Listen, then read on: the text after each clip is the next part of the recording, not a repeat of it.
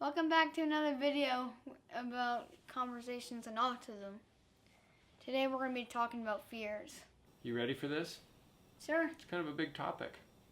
I want to do it all right. You do? You want to talk about fear, huh? Okay. Well, as you may have seen in some of the other videos, we do a lot of the tough love approach where if Max exhibits fear of something, if we know that he's going to like it or we have a pretty good idea that he's going to like it, we go ahead and force it. And when he ends up liking it, it's actually pretty beneficial for our family dynamic. And so you okay? Excuse me.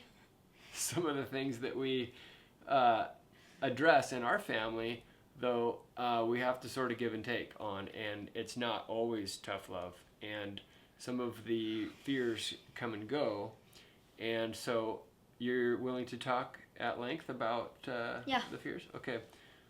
Well, let's get right into it. Same. What? I meant yes. Okay. What do you think is, let's just start off with the big one. What's your biggest fear? Biggest fear is sleeping in my room alone.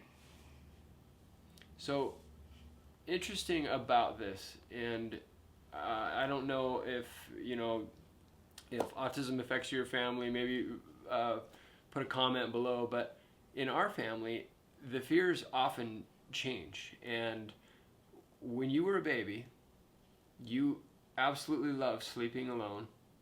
And maybe not a baby, when you were like 3 years old, I remember tucking you in one night and going to close the door, and you said, "Can you please turn all the lights off?"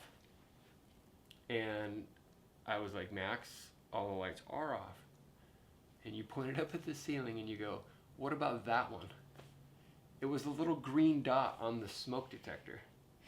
I had to put tape over the green dot on the smoke detector so that it would be absolutely pitch black in his room. Do you remember that? Yeah. So fast forward through the years, and Max has slowly gotten into a situation where he's not super fond of the dark when it's all the way black. But I was talking to you about this a little bit earlier. What is it more than the dark? What is the fear? Being alone. Being alone.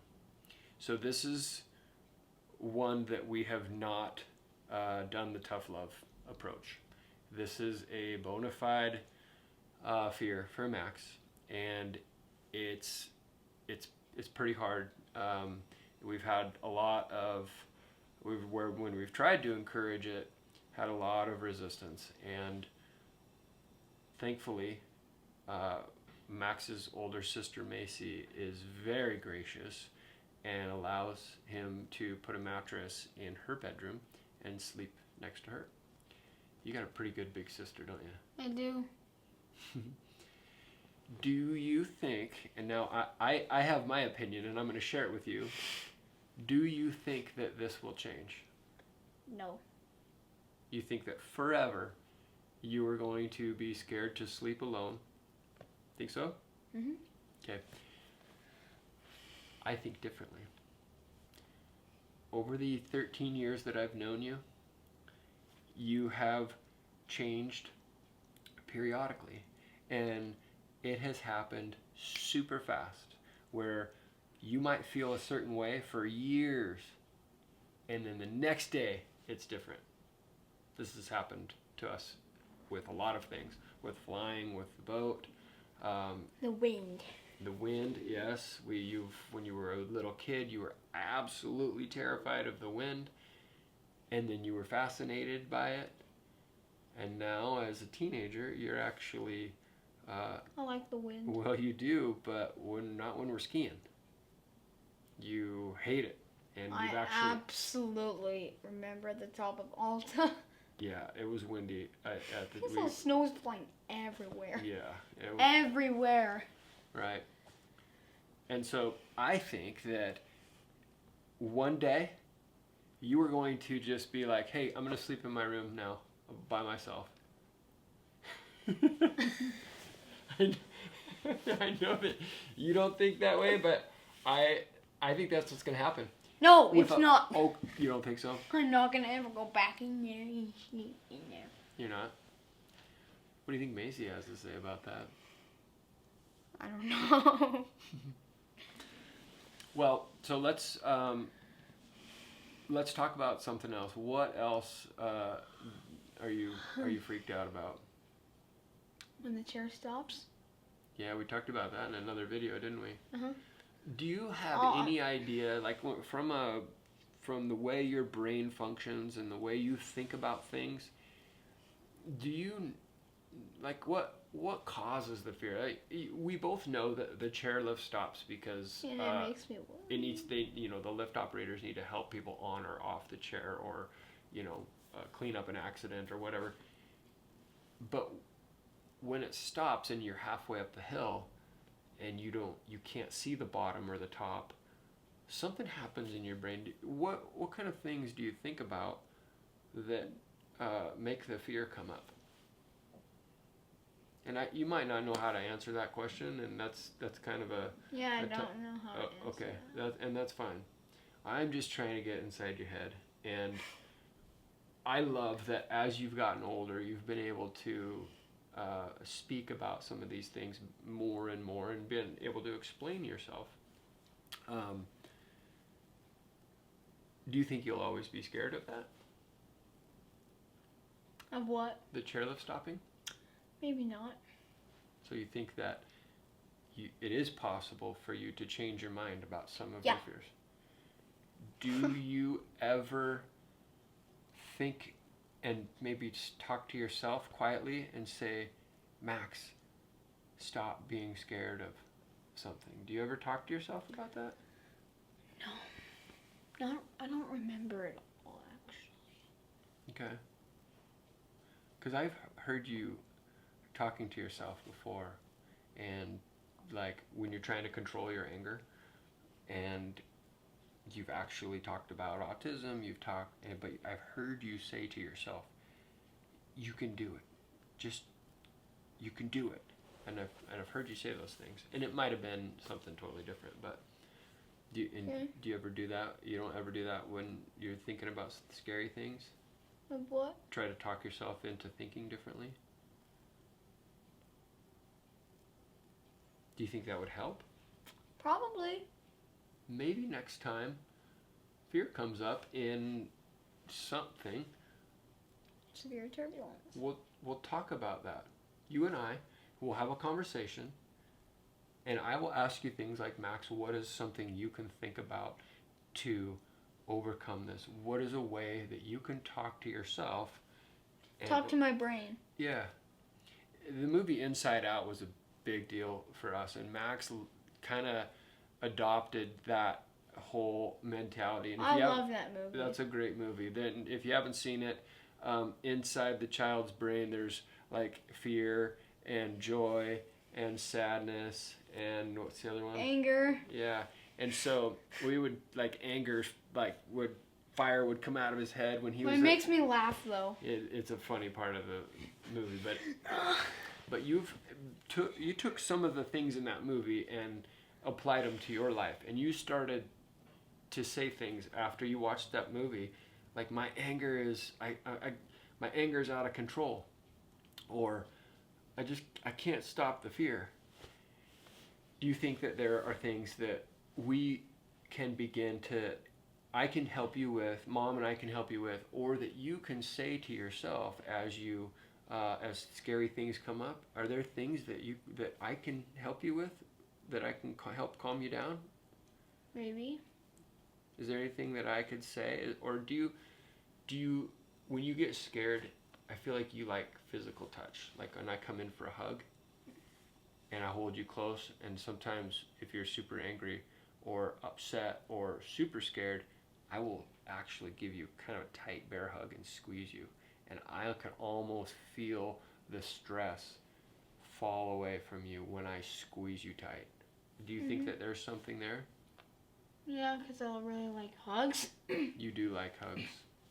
You know what? That's a pretty special gift too, because some autistic kids don't like personal touch, and I think that's pretty neat. And we've used that tactic a ton. Used it a lot more when he was younger. When it came to anxiety. What other fears do you have? Turbulence. Oh, on the airplane. Yes. Max absolutely loves airplanes. And this is something that I think with you, your enthusiasm about something reaches a certain point, and then it's like sensory overload. Like it's too much to handle. And I think that's happened with flying, where you love it so much and you're so excited to do it that excitement, when you kind of overdose on excitement, it turns into anxiety and then fear. Do you think, am I right? Because you love flying. Mm-hmm. You love, like if we have to fly somewhere, we go to the airport extra early,